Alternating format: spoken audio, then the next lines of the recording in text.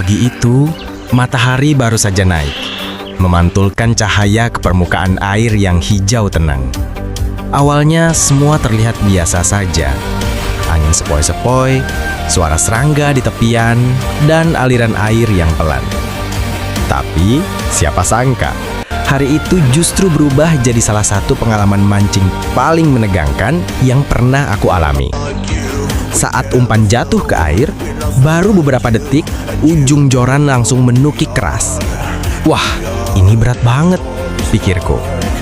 Awalnya kukira hanya ikan biasa, mungkin patin atau bawal besar. Tapi semakin lama, tarikan makin gila. Drak reel berbunyi nyaring seperti memohon ampun karena ditarik habis-habisan. Ikan itu tidak berenang panik ke tengah seperti biasanya. Justru ia menyusuri tepian, menyeretku pelan ke arah ranting-ranting kering di pinggir sungai. Jantungku mulai berdegup cepat. Kalau sampai nyangkut, habis sudah, gumamku. Setiap kali kutahan, ikan ini justru membalas dengan hentakan yang jauh lebih kuat. Badanku ikut terdorong ke depan. Tangan mulai gemetar, bukan hanya karena tenaga yang terkuras, tapi karena aku mulai sadar apapun yang sedang kutarik ini ukurannya pasti luar biasa. Beberapa menit berlalu, tapi rasanya seperti berjam-jam. Air terus pecah di permukaan, memperlihatkan bayangan gelap yang bergerak zigzag. Perlahan, makhluk itu mulai menampakkan diri. Kulihat punggungnya, panjang, besar, dan penuh tenaga.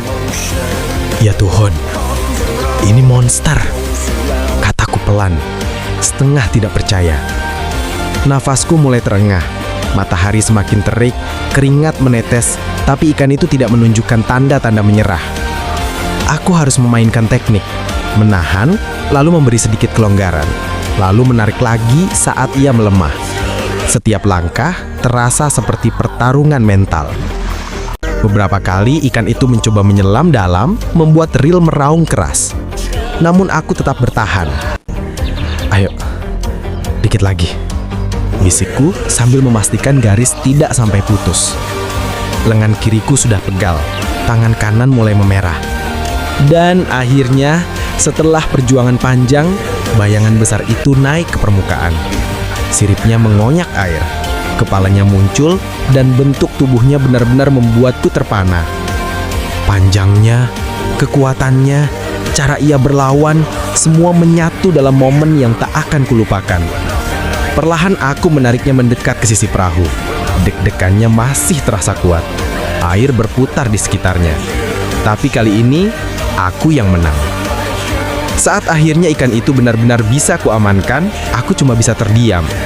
Rasanya seperti baru menyelesaikan duel 1 lawan 1 dengan makhluk dari dunia lain. Mancing bukan hanya tentang mendapatkan ikan, tapi tentang perjuangan, kesabaran, dan momen seperti inilah yang bikin kita ketagihan untuk kembali ke air.